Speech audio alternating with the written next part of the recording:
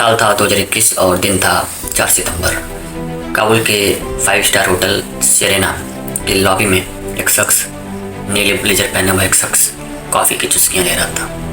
तभी वहाँ मौजूद पत्रकारों की, विदेशी पत्रकारों की नज़र उस पर पड़ी और वो पूछने लगे कि भाई आप यहाँ क्या कर रहे हैं। उस शख्स ने मुस्कुराते हुए और कैमरों से नज़रें चुराते हुए कहा कि everything will be fine, don't worry. और ये कहते हुए शख्स वहाँ से हट गया। वो शख्स कोई और नहीं, पाकिस्तान के खुफिया एजेंसी ISI के chief lieutenant general Faiz Hamid थे। और हामिद वहाँ पे तालिबान की काबुल की सत्ता में वापसी का जश्न मनाने गए थे। लेकिन वो जश्न अब ठंडा हो चुका है और जो उम्मीदें थी पाकिस्तान की वो धूमिल हो चुकी हैं। अब हालात इस कदर बिगड़ चुके हैं कि पाकिस्तान और अफगानिस्तान में बीते कुछ सप्ताह से जंग जैसी हालात उत्पन्न हो चुकी हैं। खूनी संघर्ष हुआ है जिसके परिणाम स्वरूप दोनों तरफ के सैकड़ों सैनिक मारे गए हैं। आखिर इस जंग की बुनियाद क्या है? इस जंग की बुनियाद है सीमा का अस्पष्ट होना। अभी जब मैं ये वीडियो बना रहा हूँ, पाकिस्तान और अफगानिस्तान के रक्षा मंत्री जो है दोहा में कतर की मध्यस्थता में एक बैठक में भाग ले रहे हैं। 48 घंटे का एक अस्थायी युद्ध विराम भी हुआ है, लेकिन मुझे नहीं लगता कि ये युद्ध विराम लंबा चलेगा, क्योंकि जो विवाद की मूल वजह है उसकी प्रवृत्ति कुछ ऐसी है कि ये विवाद सुलझने वाला नहीं है। विवाद शुरू कहाँ से होता है? विवाद इस बात से शुरू होता है कि जहाँ अभी कुछ दिनों पहले पाकिस्तान के रक्षा मंत्री ने कहा कि अफगानिस्तान दुश्मन मुल्क है, और अफगानिस्तान के जो बॉर्डर के मिनिस्टर हैं वो कह रहे हैं कि पाकिस्तान और अफगानिस्तान के बीच में कोई फॉर्मल बॉर्डर है ही नहीं, जो सो कॉल्ड डूरंड लाइन है उसको हम मानते ही नहीं है।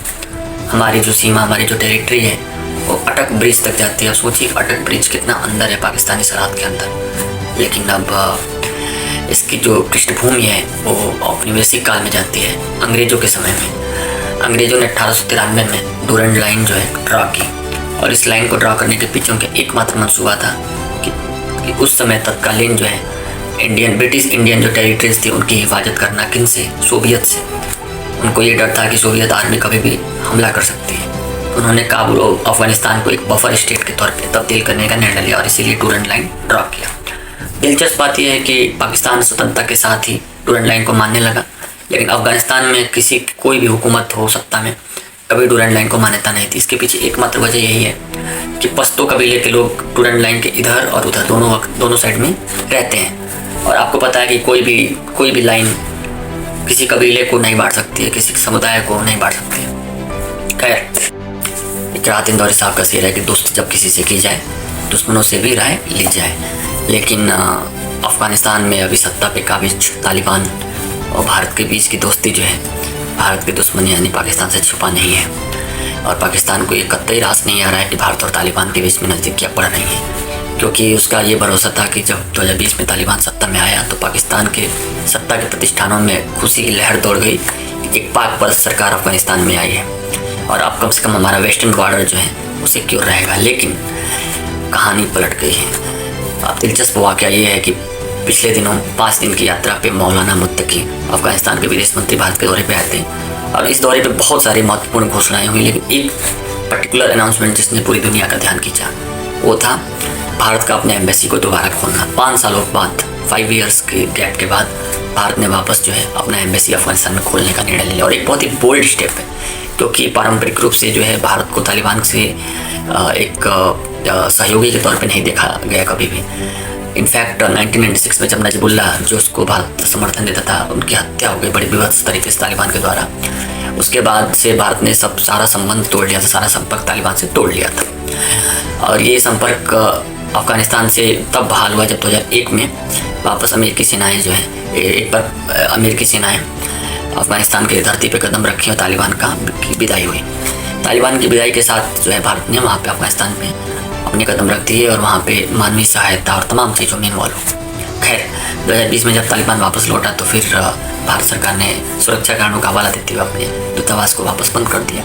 और अब 5 सालों बाद भारत और तालिबान के बीच में जो रिश्तों में जो जमी बर्फ़ है वो धीरे धीरे पिघल रही है, और ये चीज़ सबसे ज़्यादा नागवार किसको गुजर रही है? पाकिस्तान। तो कहा जाता है कि दुश्मन का दुश्मन दोस्त होता है, और ये कहावत बिल्कुल चरितार्थ हो रहा है भारत अफगानिस्तान के बीच के संबंधों में।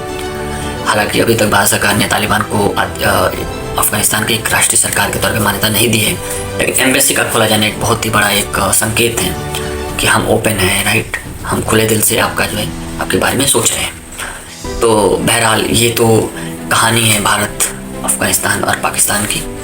आने वाले दिन में ये देखना दिलचस्प हो रहा है कि ऊँट किस करवट बैठता है, यानी कि शक्ति का संतुलन जो है किधर जा रहा है, किस तरफ से, क्योंकि इसमें बड़ा सिर्फ ये 3 देश ही अफगानिस्तान में, सिर्फ ये 2 देश भारत और पाकिस्तान ही अफगानिस्तान में संलग्न नहीं है। तमाम जो ग्रेट पावर्स हैं, चाहे रसिया हो, चाहे चाइना हो, चाहे अमेरिका हो, सब के सब काफ़ी इंटरेस्टेड है अफगानिस्तान को लेकर। और ये चीज़ इस पूरे के पूरे जो है क्षेत्र को एक रंगमंच बनाते रही जहाँ पे भू रणनीतिक गेम्स खेले जाएंगे। तो ऐसे ही अपडेट्स के लिए जुड़े रहिए मेरे चैनल के साथ, और वीडियो पसंद है तो लाइक कर दीजिए, चैनल को सब्सक्राइब कर लीजिए। Thank you so much.